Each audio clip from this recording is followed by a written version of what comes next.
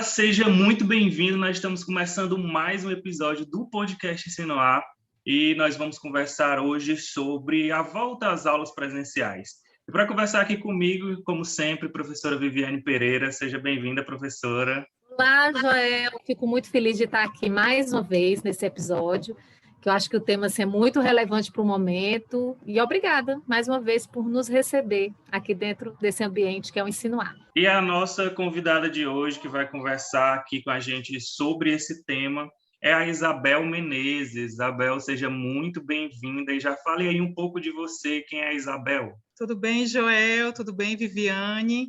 É um prazer, uma alegria estar com vocês aqui, poder contribuir de alguma maneira. Sou pedagoga, formada pela Universidade Federal do Ceará, com muito orgulho. Estou aí na educação há 20 anos. E hoje, no momento, sou supervisora pedagógica do Colégio Santa Cecília. Sou mãe do Arthur, de 4 anos e meio. E é um tema bem importante, né, que vivi como profissional, mas também vivi como mãe. Espero aí contribuir nesse nosso bate-papo. Isabel, adorei já essa introdução, porque eu acho que já teve até um episódio do Ensinoar que eu falo que muitas vezes a mãe, ela engole a pedagoga, né? O pessoal diz, mas você é pedagoga, como é que você está se comportando? Eu disse, eu sou mãe também, né? Então, eu acho que a pandemia, acho que a gente falou em alguns episódios que a gente fez durante a pandemia, que eu até me pergunto, como é pós-pandemia, acabou a pandemia, não acabou a pandemia? Eu acho que está um pouco nessa transição, né? De saber em que momento hoje a gente pode chamar a situação que a gente se encontra. E assim, vamos logo para o nosso bate-papo, né? Porque o tema é muito relevante para esse momento. E aí eu queria discutir um pouquinho contigo, né? E também com o Joel, e deixar quem está nos ouvindo e quem está nos assistindo antenado nessa temática, que é o retorno às aulas retorno às aulas presenciais, porque as aulas nunca acabaram, né? Pelo amor de Deus, fique claro. Né? O retorno presencial, 100% presencial, a gente sabe que agora está 100%, né? Todo mundo voltou às aulas presenciais. Então, para você, né, que é supervisora de ensino de uma escola grande aqui de Fortaleza, quais são os maiores desafios com o retorno das aulas 100% presenciais? Para você como supervisora, mas também você como uma pessoa da escola, né, da comunidade escolar, como é que vocês estão se sentindo e como é que vocês estão enxergando esses desafios nesse momento? Viviane, foi um misto, aliás, tem sido um misto de sentimentos, né? Porque, como você bem colocou, as aulas realmente, né, nunca pararam. A gente viveu um tempo muito intenso de levar essa escola e ressignificar algumas práticas, né? Mas foi um retorno gradativo, né? A gente foi respeitando cada protocolo, cada decreto, né? Começamos ali com 30%, fomos para 35%, 50%, chegamos a 70% e na semana seguinte 100%. E assim, são inúmeros desafios, né? Eu posso dizer, porque a gente precisa promover esse acolhimento, né? Esse retorno a esse espaço, que não é só de aprendizagem, né? O espaço escolar ele é muito mais amplo do que só o ensinar e aprender. E essa nova escola que esses alunos encontraram, né? Cheios de regras, de protocolos, o desafio de seguir o protocolo para o uso da máscara, para o distanciamento, porque também assim, foi um tempo muito longo que eles ficaram separados, né? Então, esse reencontro, eles vieram muito eufóricos, né? Então, organizar tudo isso e viver tudo isso com eles, eu sempre digo aqui que a cada protocolo, a cada decreto era um recomeço para a gente, porque eram vivências também muito novas, né, para todos nós, alunos, professores, família. Mas eu acho que o pontapé inicial que nós pensamos enquanto Colégio Santa Cecília, enquanto Rede Damas, né, que fazemos parte de 11 escolas espalhadas pelo país, foi de trabalhar esse cuidado, né, esse carinho, esse acolhimento e essa confiança desse retorno dos nossos alunos para para esse ensino presencial. Então, acho que esse, assim, inicialmente foi o grande desafio, de poder organizar todo esse espaço para recebê-los. Interessante demais. E, assim, a primeira palavra que eu anotei aqui, você falou acolhimento. Eu acho que no começo do ano, se eu não me engano, a professora Isolda Sela, né, hoje nossa vice-governadora ou governadora? Ainda é vice-governadora, Ainda né? é vice, A governadoria, vai ser governadora, né? Quando o Camilo se ausentar. Ela falava desse acolhimento, né? E principalmente, e assim, ela falava muito com relação ao professor, né? A importância desse acolhimento para esse profissional que também se reinventou, né? A gente vai falar daqui a pouquinho sobre isso durante esse período. Isabel, me tira aqui uma curiosidade que enquanto você falava me surgiu. Além, tudo bem que a gente voltou agora 100%, mas eu lembro que ano passado, né, teve teve uma retomada com essas porcentagens que você falou, depois do começo do ano começou o grande rodízio, eu não recordo se teve 100% online esse ano, já acredito que eu já perdi a noção do tempo. Não, era só... porque tivemos um lockdown, né? A segunda onda, né? E aí Isso, pronto. voltamos todos para o remoto. Por ali por março, Pronto, eu estava Isso. Pronto, eu estava com esse vácuo de lembrança na minha mente. Realmente teve isso. E no início, quando eles voltaram às aulas esse ano, que era também com algumas porcentagens e rodízio e tudo, eu lembro que o meu filho, o Rafael, ele teve alguns sintomas ao retorno nessas aulas, né? Por isso que quando você fala do acolhimento, eu acho isso muito... A gente, assim, você falando, não é só conteúdo e tudo, a gente fica tão preocupada, a aprendizagem, como é que vai ser o ensino, mas, na verdade, é uma complexidade tão grande, né, que envolve esse aluno e todo mundo que faz parte. Então, assim, o Rafa, quando ele voltou, ele aparecia com dor de barriga. Todo dia que ele ia para a aula, ele ia com dor de barriga. Eu disse, meu Deus, o que é que esse menino tem? E aí eu fui conversar, a psicóloga me ligou, disse que ele estava com vontade de vomitar, mas que não conseguia. Eu digo, vale, meu Deus, será que é Covid? Já fiquei doida, né? Não, ela foi me relatar que muitos alunos procuravam o SOP por sentir dor no estômago.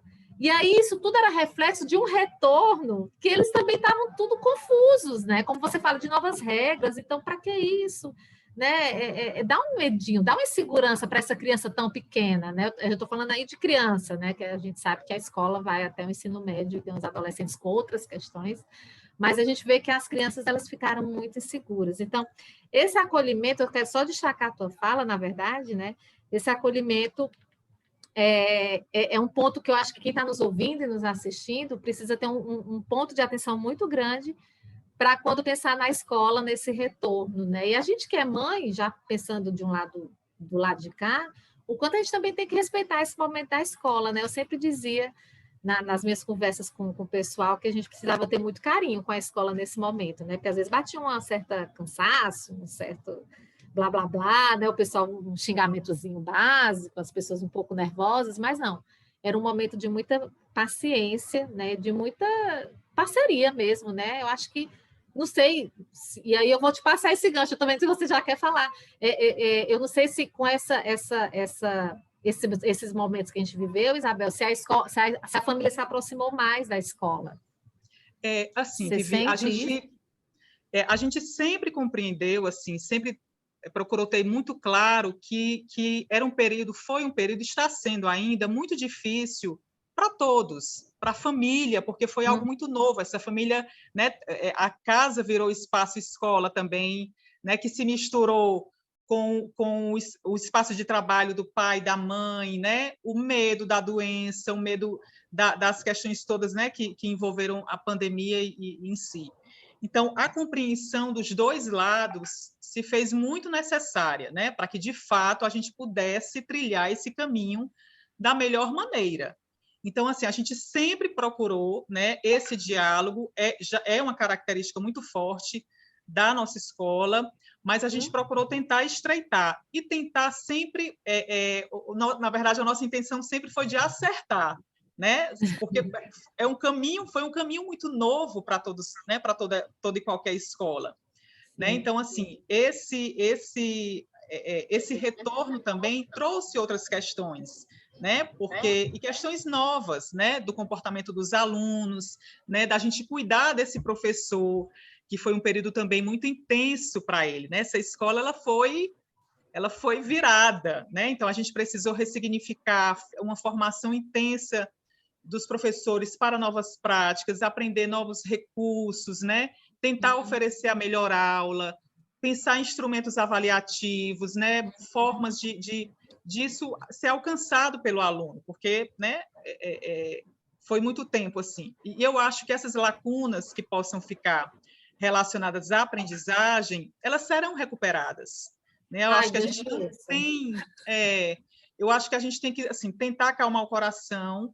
Existe uma preocupação, sim, em alguns níveis, nas séries de transição, né? Por exemplo, quando eu falo ali do primeiro ano, né, que é significativo por conta do processo de letramento, quando eu falo dessa passagem do aluno ali para o sexto ano, que já Isabel, pelo amor de Deus, mulher, Rafael, mulher, vai sair do quinto e vai para o sexto. Então, eu brinco sempre que eu digo, os professores, né, do sexto ano, os meninos, a gente avaliando o comportamento, eu falei, gente, eles são ainda quinto ano, porque eles não viveram realmente. É verdade, né? É verdade. E aí a gente pega ali o nono ano, que também faz essa transição importante para o ensino médio, e o terceiro ano. Então, eu acho que são séries e que a gente tem que ter esse olhar mais cuidadoso, mais especial, porque são séries de transição.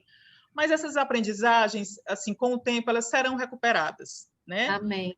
E eu acredito também que tantas outras foram aprendidas por eles, né? Assim, os meninos, assim, eles ressignificaram também muita coisa. A gente aprendeu muito com eles, né? Sim. Então, eu acho que é respirar, tentar acalmar o coração, para que as coisas, né, possam, né, de fato, entrar nos eixos. E a gente espera que ano que vem, se Deus quiser... Oi, Joel. Vocês falando aí a respeito desse retorno, eu senti que esse retorno está sendo regado de muita ansiedade, né? Assim, por parte dos alunos. A professora falou aí que tem até alunos que tiveram alguns sintomas. Enfim, eu acho que isso tem muito a ver com a ansiedade e a insegurança do retorno. E aí eu queria perguntar para você se realmente teve uma resistência por parte dos alunos e da família desses alunos nesse retorno, ou quando se teve a oportunidade de voltar o 100% presencial, se tipo, foi todo mundo querendo logo voltar, porque não aguentava mais ficar em casa. Como foi que você, né, e a escola sentiram esse momento? Teve uma ansiedade para não ir por alguns, ou todo mundo quis voltar logo de uma vez para rever colegas, professores e tal, ou que não aguentava mais ficar em casa? Como foi que você sentiu isso?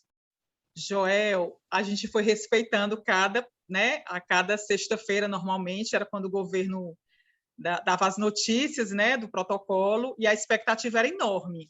E eu digo a você, assim, eu acho que se lá atrás tivesse sido 100%, a vontade deles realmente era que todo mundo pudesse voltar. Porque eles estavam desejosos, assim, com saudade mesmo desse espaço. E a escola é feita por eles e para eles, né? Não fazia sentido. E a gente sentia muito no começo, né? Quando começamos a vir presencial para estruturar, para organizar, né, os espaços, a falta que os meninos, né, fazem, né, nos corredores, na sala de aula. Então, eu digo a você que não houve resistência alguma, pelo contrário, né? Hoje a gente está com acho que 95%, 96% de alunos no presencial. Os que ainda não voltaram realmente são questões de saúde, que envolve um familiar, né, que é grupo de risco, mas quem realmente conseguiu, quem tem condição, voltou mesmo, e a gente tem sentido quanto isso fez a diferença. Ai, que maravilha. Essa história das lacunas, viu, Isabel? É meu calo. Fiquei feliz em te escutar. É meu calo a lacuna, porque sempre tem, né? As lacunas sempre existem. Mas eu percebi, somente ano passado, eu digo, caramba, a Léa nem tanto, né? Mas eu digo, poxa, mas o Rafa vai passar para o quinto. Puxa, quanta lacuna que eu estou enxergando aqui. Agora ele do quinto vai para o sexto. E me preocupa muito, inclusive, conversei com a professora. Mas bacana isso que você falou, porque para os pais que estão nos escutando, né? É um ponto de observação, mas não é um ponto de desespero. Isso é bacana, né? Nem é para arrancar o cabelo da cabeça, mas também não é para deixar, vai dar tudo certo. Não, é um ponto de observação, né? Um ponto de observação. Isabel, me conta aqui uma coisa. A rotina da escola mudou muito nesse retorno? Você falou dos protocolos e tudo, mas o que mais mudou? O que mais você pode se é que mudou, né? Já estou dizendo que mudou, mas eu nem sei se teve essas mudanças significativas na rotina de vocês. Mudou, né, Viviane? Porque, assim, essa escola mudou, né? Os meninos encontraram, quando a gente olha para janeiro, ali, fevereiro de 2020, né, a gente deixou uma escola ali. E nesse retorno, né, gradativo, e hoje 100%, a gente ainda precisa ter a busca, né, a conscientização para seguir os protocolos, o uso da máscara, né, conter essa ansiedade deles de querer abraçar, né? Somos uma escola que trabalha muito a afetividade, então a gente precisou segurar muitos abraços, né, conter, né, o toque, né? Verdade. Essa relação que se existia. Então eu acho que essa para mim foi uma das grandes mudanças que a gente precisou viver mesmo, né? Deles compreenderem ainda o porquê da necessidade do uso da máscara, né? Desse distanciamento que a gente hoje chama de um distanciamento consciente, né? Porque a gente sabe que em outros espaços essas liberações estão acontecendo, né? Seja pela quantidade de pessoas, enfim, distanciamento. Então, essa rotina da escola, ela mudou significativamente para o que a gente realmente vivia, né? Então, assim, os horários foram adequados, o horário de entrada, recreios, né? A gente precisou fazer uma escala, um revezamento de saída de alunos, o horário de saída, os locais de espera, né? Para evitar aglomerações em determinados pontos da escola também.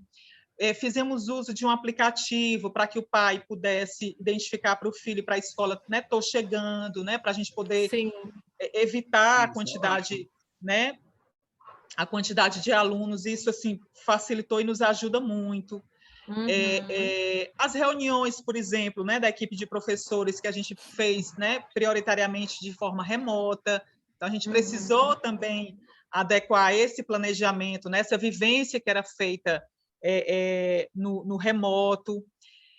A família estava muito dentro da escola, e a gente precisou também, por um bom tempo, agora que a gente está começando, mas evitar essa entrada mesmo, né? Esse movimento dentro da escola para resguardar os alunos, os profissionais.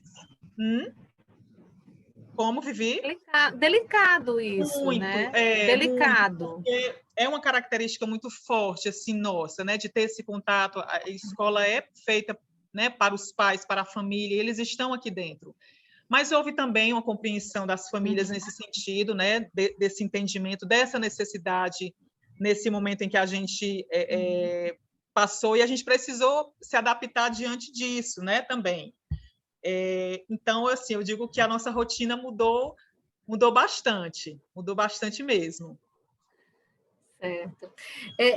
Uma coisa que eu observei, até era uma questão que eu ia colocar, sobre as mudanças, né, de comportamento. Na verdade, não sei nem se o termo é esse mesmo, mas quando eu estava pensando no que a gente podia discutir hoje nesse episódio, eu pensei, uma das coisas que eu tinha curiosidade de saber é sobre o que mudou nesses alunos, né, e também com relação aos professores. Mas antes de eu colocar essas questões, eu queria colocar uma observação. Aqui para os meninos, né, que aí eu não estou nas escolas fisicamente, né, a Universidade Aberta do Nordeste e a Fundação Demócrito Rocha, né, como instituição de ensino, ela trabalha basicamente à distância, então a gente não tem esse contato físico com os alunos, como uma escola de ensino básico, educação infantil até ensino médio tem, como está tendo hoje, mas aí minha referência são os meninos aqui em casa. E uma coisa que eu observei, Bel e Joel, é que a autonomia desses meninos, por usarem essas ferramentas digitais, no meu ponto de vista, foi lá para cima. Claro, eu também exercitei isso com eles, né? Não sei se é porque eu cheguei num estágio que eu disse, eu não dou mais conta, socorro. E aí eu comecei, assim, a Léa, que é mais velha, ela sempre teve isso muito bem resolvido, o Rafa tinha mais dificuldade. Mas, assim, era tanta agenda, né? Cada escola tem uma ferramenta, né, que utiliza de acompanhamento, e aí a que os meninos utilizam as atividades vinham por lá, muitos exercícios para fazer, e você vê que não era nem que era uma infinidade de coisa, porque eles estão aqui para isso mesmo, para estudar e para fazer o que a escola está solicitando. Mas tinha hora que virava uma bola de neve, e aí ele teve que se adaptar a isso, e eu percebi que criou uma certa autonomia nele, né? E eu não sei se isso também perpassa para todas as outras idades, né? Sabe, Bel? Se essa, que aí era a minha questão, né? Se percebeu-se alguma mudança de comportamento dos alunos, eu coloco comportamento, mas eu acho que dá para a gente abrir um leque aí, né? O que é que a gente poderia destacar, né? Eu falo da autonomia que eu percebi que teve, eu acho, porque assim, a gente já discutiu no episódio a questão da educação à distância e do ensino remoto, que são coisas diferentes, né? E a educação à distância tem muito essa característica de desenvolver a autonomia dos alunos que fazem EAD. E o ensino remoto, ele não vem com essa proposta. Mas aí fica essa curiosidade, né? O fato deles estarem usando ferramentas digitais, né, mediadas por um equipamento digital, um computador, um celular, um tablet, será que isso despontou outras habilidades nesses meninos? Ou até mesmo, Bel, lembrando a gente na época da faculdade, que eles utilizam isso super prático, mas para a escola, como é que é esse processo, né? Usar um computador para aprender ao invés de jogar, usar um celular para olhar uma agenda digital ao invés de usar para um WhatsApp. Como é isso? Assim, como é a percepção de você, especialmente você, né? Com essa questão dos alunos? Nós já tínhamos uma prática dentro da escola do uso, né, de ferramentas, de alguns recursos digitais, de maneira pontual, né, dentro de um planejamento, mas aí fomos para uma intensidade, uma vivência né, diária, e assim, foi muito positivo, a gente realmente sentiu, inclusive eles nos ensinaram inúmeras coisas, né, enquanto a gente estava aqui descobrindo as opções dessa ferramenta, no dia seguinte, na aula seguinte, eles já traziam, né, outras coisas, ferramentas similares, outros recursos que podiam. Foi muito engraçado, assim, eles deram realmente grandes aulas, e eu acho que isso trabalhou outras habilidades, sem dúvida nenhuma. Mas hoje, nesse retorno ao presencial, a gente tem que tentar buscar esse equilíbrio, porque como foi um uso muito intenso, né, o objeto celular, né, o tablet, ele meio que passou a fazer parte do dia a dia mesmo deles, né? E até parece que o livro didático hoje, né, que a gente trabalha ainda com livros didáticos, ele precisou ser lembrado, né? Assim, olha, ele continua aqui, né? Então é importante que a gente use, que se traga, né, para a escola, que se consulte. E não que a gente tenha que anular o que foi trabalhado, o que foi aprendido, o que foi feito, pelo contrário, né? Eu acho que a escola ganhou muito nesse aspecto, né? Educação de uma maneira geral. Mas eu acredito que a gente assim, viveu algumas fases, né? Ali, quando a gente chegou ali meados de março para abril do ano passado, veio a novidade, a organização dessa rotina, da quantidade de aulas por dia, teve sim essa questão do número de tarefas, do número de informações que passava a chegar, porque até então ele passava as manhãs ou as tardes dentro da escola. Então, essa informação chegava e era orientada de maneira muito específica e particular pelo professor, né? Então, agora passou a ser, assim, a família adentrou também esse espaço, né? Então, demonstrou muitas vezes um volume, né? Muito grande. Então, a gente precisou dosar também e ir sentindo como é que eles iam reagindo. E aí foi quando, porque também foi um período muito longo, e eu acho que cansou um pouco, né, de alguma maneira. Pronto, eu tenho essa percepção também. Cansou, porque, assim, quando você falou, né, da diferença do EAD para o ensino remoto e essa questão da autonomia, que faz total diferença, eles não tinham tanta maturidade, né, para vivenciar tudo isso, né, para se organizar. Muitos se deram super bem, assim, conseguiram mesmo estabelecer uma rotina, né, colocar farda, né? Então, mas outros tinham uma dependência muito grande das famílias, dos pais, né? E esse espaço casa também fez parte do trabalho do pai e da mãe, né? Eu vivi na pele isso, assim, eu não conseguia acompanhar do Arthur as aulas, né, os e-books que a escola mandava toda semana, conseguia até o segundo. Quando foi autorizado para a educação infantil voltar, ele estava no 13º. E aí eu lembro que a professora, né, fez o atendimento individual, ela disse, aí, Isabel, como é que tá os e-books? Eu digo, eu parei no 12º, eu parei no 2º. E fiquei aflita, eu digo, bom, ele vai conseguir, né? E descontou e ok. Mas, assim, há de se compreender também que para essa família que viveu também intensamente isso, deu medo, né? Assusta também. Então, assim, da gente acertar a quantidade de aulas, né? O tempo, o intervalo, né? Do que oferecer, né? Que metodologias a gente podia aplicar, né? De que conhecimento prévio, o que é que a gente poderia deixar à disposição desse aluno previamente, para ele já chegar na aula. Então, assim, realmente foram inúmeras tentativas, né? Ah, Isabel, é uma graça isso aí. Eu vou dar um exemplo do que aconteceu aqui em casa e puxar para a necessidade do presencial, principalmente dependendo da idade dessa criança, né? O Arthur ainda é pequeno, o Rafa está ali no intermediário, e aí a Léa já está um pouquinho mais avançada e foi mais tranquilo para ela mesmo. Mas teve uma situação aqui em casa, até comentei com algumas pessoas, que o fone de ouvido do Rafael era as rédeas do cavalo.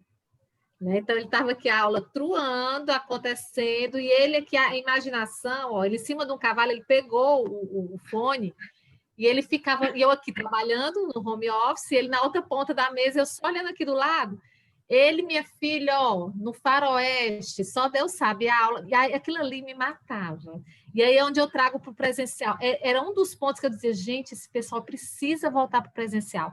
Não só pela questão, né? Vou pegar o gancho lá do começo da tua fala, né? O conteúdo, a aprendizagem em si, que tudo isso é trabalhado na escola, mas, gente, o que foi que eu percebi, sabe, de mais forte? Isso aqui não é um ambiente escolar, né? Quando a gente fala da escola, é tudo aquilo ali, tudo ali é pensado para. E é como eu falo, a aprendizagem ela não está só na sala de aula, né? Está no corredor, está na quadra de esporte, está na cantina, está na biblioteca. Então, a casa realmente não é um espaço escolar. Né? E eu vi que para o próprio Rafa, né, que ele, na época, ano passado 10, esse ano 11, está numa transição, né? Já está mais avançado. Mas eu imagino o Arthur, que é menor. O que passa pela cabeça de uma criança pequena? Né? Eu estou em casa. Né? O que que me diz de eu ter que sentar numa cadeira, abrir um computador e olhar os meus amigos por uma tela? Não faz sentido para uma criança, né? Então, no caso dele, eu queria muito que voltasse para o presencial, além do espaço escolar, que eu dizer muito isso aqui em casa, ele precisa de um espaço escolar, essa questão da troca, do ver o colega fazendo.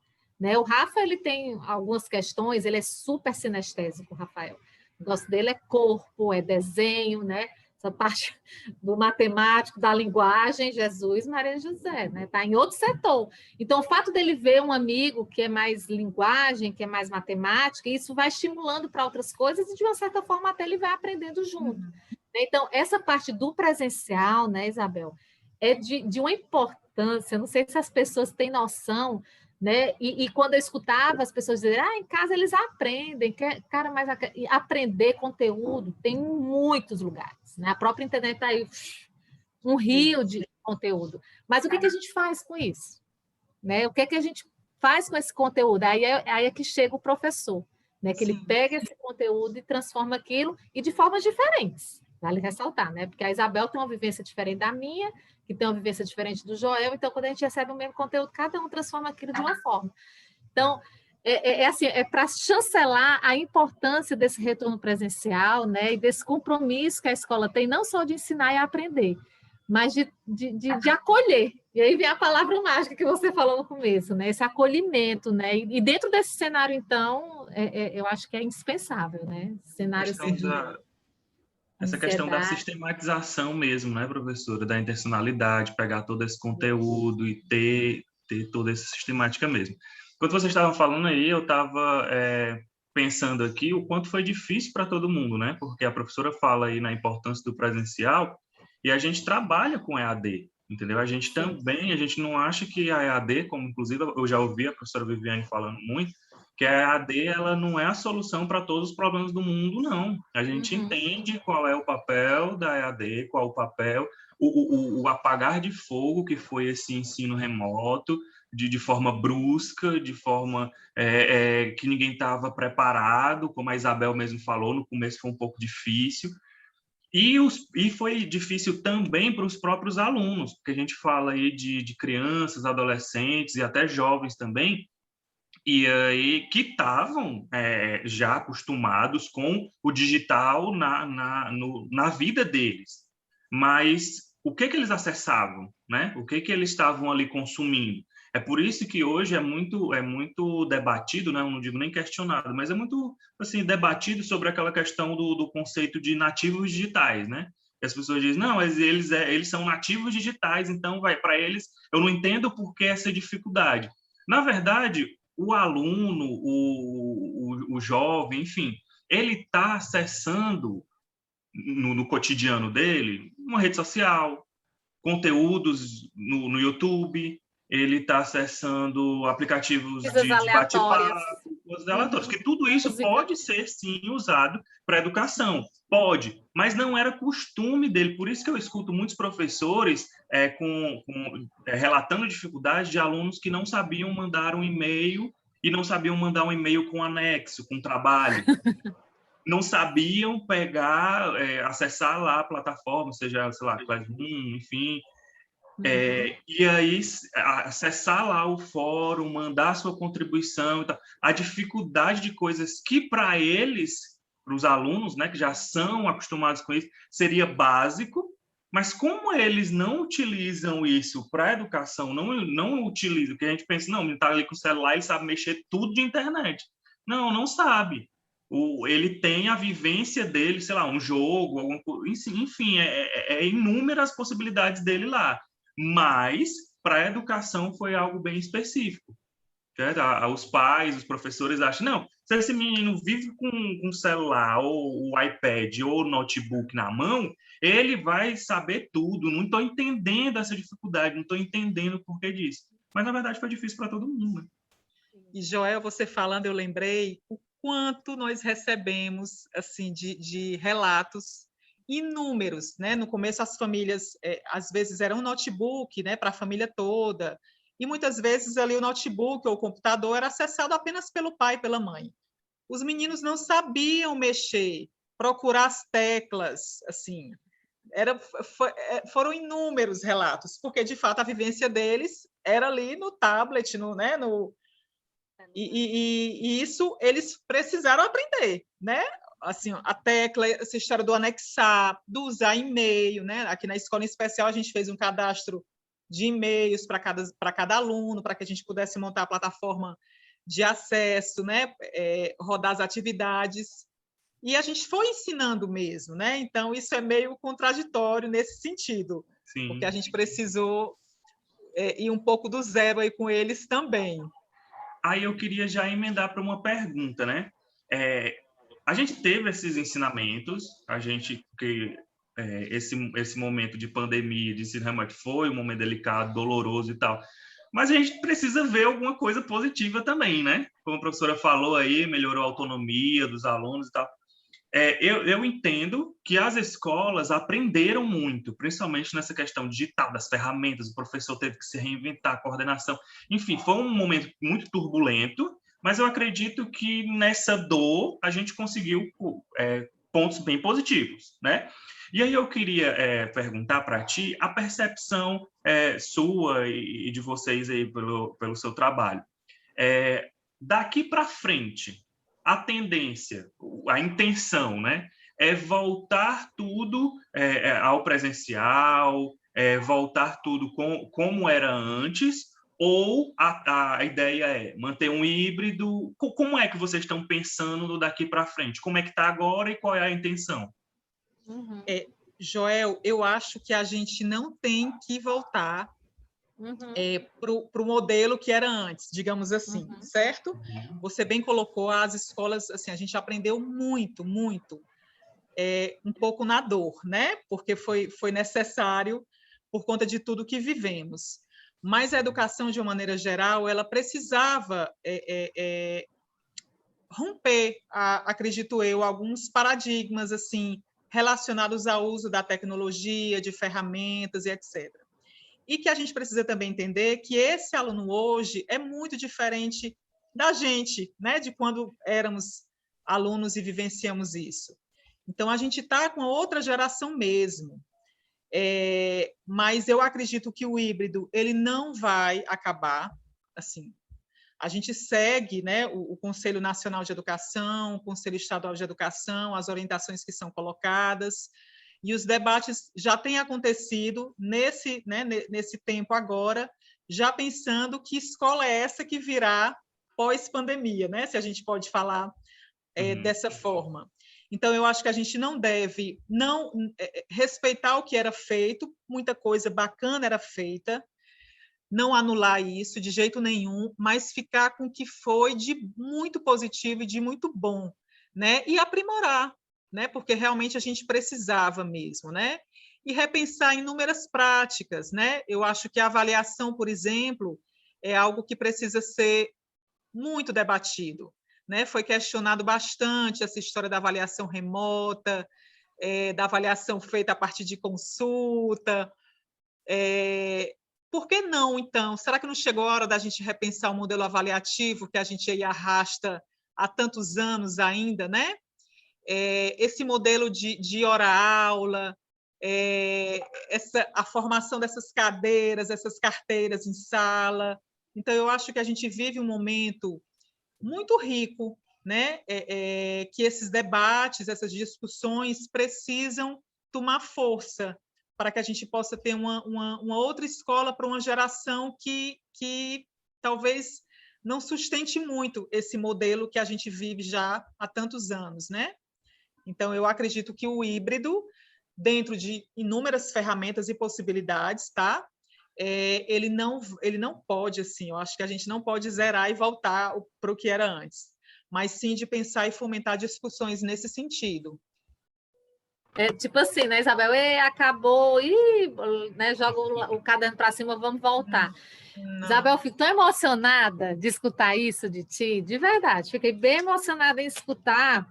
E aí, eu fiquei pensando, quando você falava, o quanto é um momento rico para a gente que faz educação, de perceber que nós somos capazes, né? De fazer mudanças, de rodar, dessa roda ficar girando o tempo todo. Você falando da avaliação, a gente trabalha com educação à distância, eu já dei até assim umas pinceladas com o Joel, muito rápido, Marisa, que é nossa coordenadora de curso também. Eu acho que eu nem não sei, eu acho que eu também comentei muito rápido com ela, mas está numa das pautas que eu quero discutir com os meninos, a nossa avaliação em AD também. Repensar. E aí, isso no digital é até talvez mais tranquilo, não sei se a palavra é essa, eu até coloco entre aspas, porque o movimento do digital é um pouco mais rápido. Mas quando você fala isso do presencial, né, do escola presencial, numa escola física de muros e cadeiras, é muito bonito de ouvir, porque a pandemia mostrou para a gente da educação que nós somos capazes. Né? A gente não precisa estar engessado no modelo que funciona, não estou dizendo que não funciona, né, Isabel? Sim. Funciona, como você diz, respeitar o que a gente viveu, ela funciona. Mas que a gente está numa sociedade nova, com pessoas novas, e a escola, que lindo, nós somos capazes de mudar.